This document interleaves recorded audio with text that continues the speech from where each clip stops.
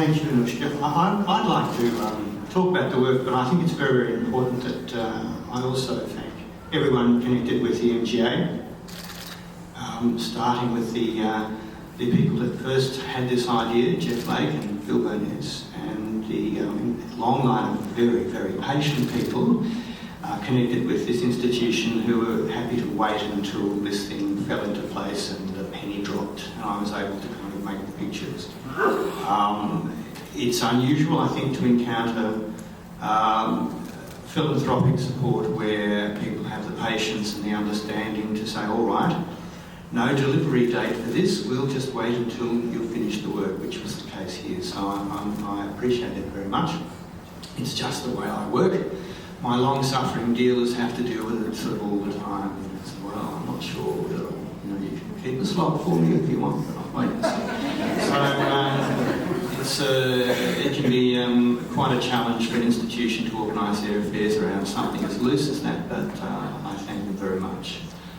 I also want to thank Peter Craven, my dear friend Peter, who came up with the, we had 69th birthday celebration earlier in the year, and I was talking about this group of pictures and the exhibition that was coming and the book that Thames and Hudson so beautifully printed. And so it needs a title. I often untitled, things are often untitled, but it needs a title. What's it going to be? And Peter just sort of, knowing my work quite well over the years, Peter sort of thought about it for a second and then just came out with that fabulous title, the light fades, but the gods remain. So I thank Peter for the title of this exhibition and for the accompanying book. And my final thanks go to Les Walkling and Andre Walkling, who really, I suppose, steered this project, the publication, through the stormy waters of international publishing. Les and Andre gave countless man-hours and dedication to this, and I'm quite convinced, and I'm sure Thames and Hudson would join me in this observation, without their diligence and without their constant work with the printers in Singapore and translating complex technical things into a language that finally resulted in a beautifully printed book, it could not have been as beautiful as it is. So to Les and Andre, I want to give them my heartfelt thanks.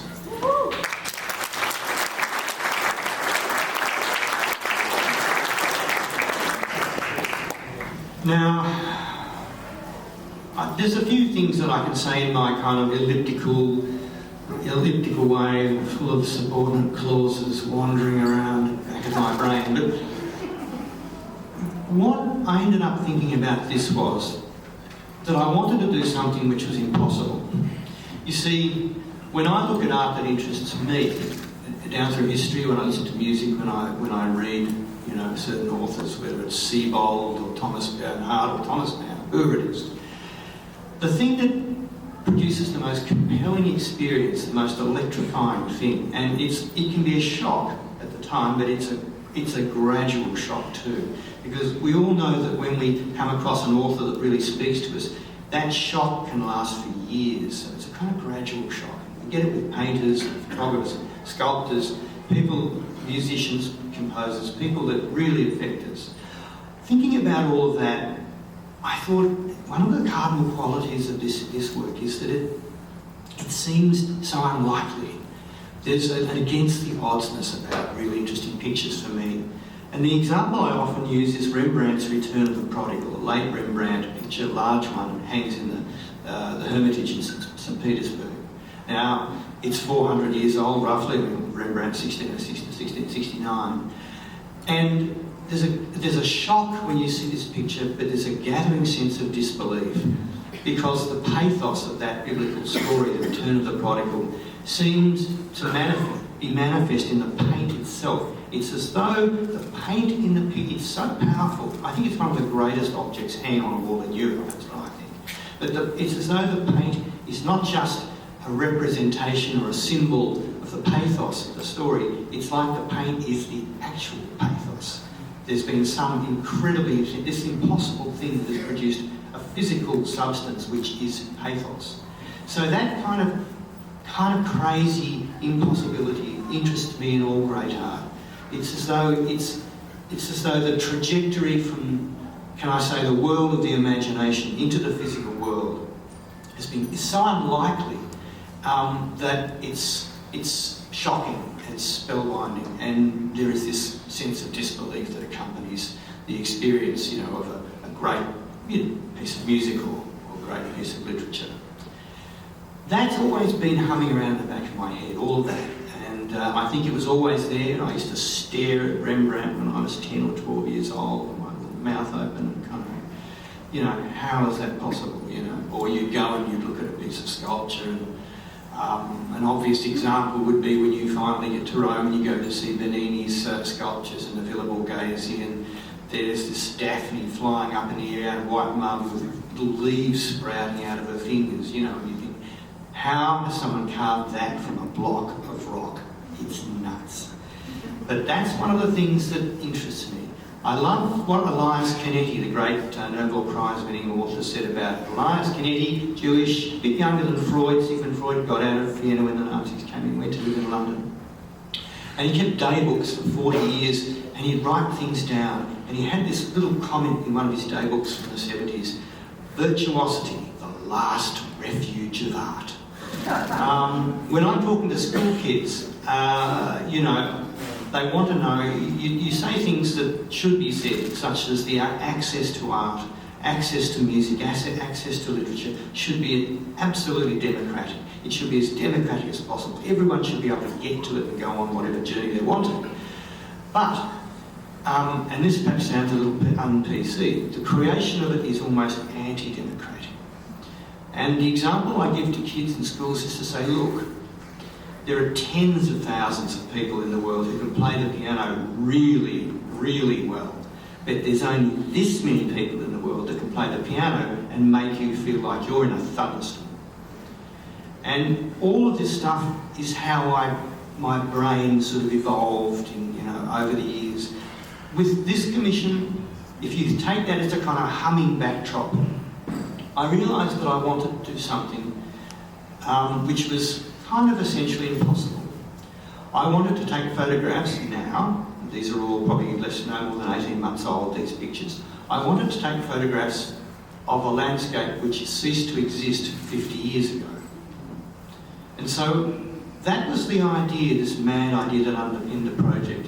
To go out with a camera, because as we all know, photography is not like literature, it's not like poetry, it's not like, obviously no medium is more or less intrinsically limited than another, it's what it does with it.